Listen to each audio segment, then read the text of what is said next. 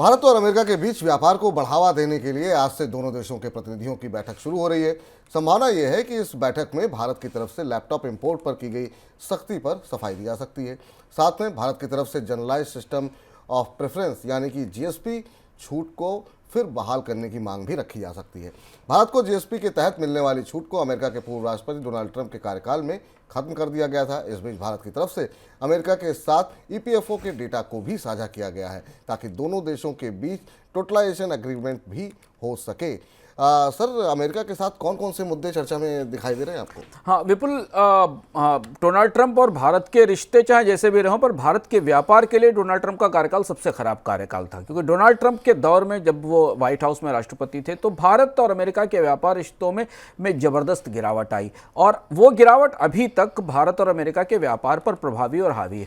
अब ये पहली बार ट्रेड पॉलिसी फोरम की मीटिंग शुरू हुई है जहाँ रिश्ते सुधारने की बातचीत शुरू हुई, और लंबा एजेंडा है, क्योंकि आपको याद होगा कि भारत को डब्ल्यूटीओ में पहुंचाने, भारत के एक्सपोर्ट प्रमोशन स्कीम्स पर डब्ल्यूटीओ से फैसला लेने, कार्रवाई कराने, ये सारे काम उसी दौर में हुए थे, और उसके बाद भारत को पीएलआई लानी पड़ी थी। अभी भी भारत और अमेरिका के बीच व्यापार रिश्ते काफ़ी तनावपूर्ण और बहुत अच्छे नहीं हैं।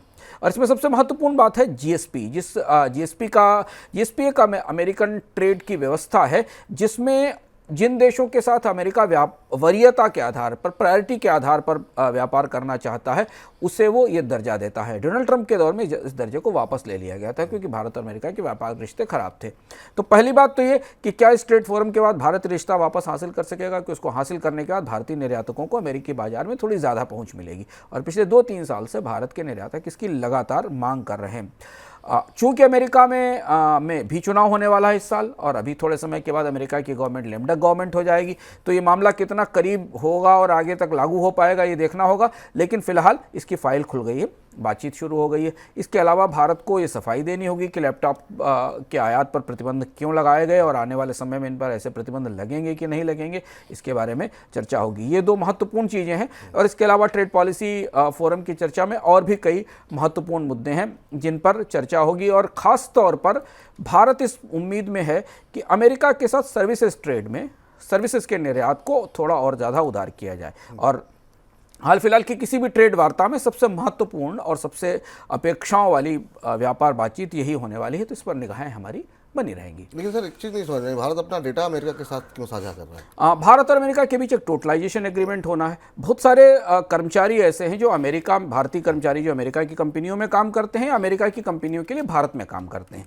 अमेरिका के नियमों के हिसाब से कंपनियों को उनकी सोशल सिक्योरिटी के लिए प्रावधान करने होते हैं, और उनको सोशल सिक्योरिटी स्कीमों का फ़ायदा देना पड़ता है। ये कहा जाता, अमेरिका की कंपनियों का कहना है कि इसमें बहुत सारे ऐसे कर्मचारी हैं जो भारत और अमेरिका दोनों जगहों सोशल सिक्योरिटी नियमों का फ़ायदा ले रहे हैं, जो उचित नहीं है। इन्हें एक ही जगह मिलना चाहिए। इस मामले को हल करना, ये मामला आकर बाद में अंततः भारत और अमेरिका के बीच वीज़ा के मामलों में भी फंस गया, क्योंकि इसके कारण वीज़ा की प्रक्रिया में भी देरी हो रही थी। तो अब इस बैठक में भारत सरकार की तरफ से देश में दी जाने वाले सोशल सिक्योरिटी सुविधाओं का एक पूरा डेटा, एक सूचना अमेरिका को दी गई है, ताकि स्पष्ट हो सके कि अमेरिकी कंपनियां कहीं जो सोशल सिक्योरिटी दे रही हैं वो भारत का दोहराव है कि नहीं है।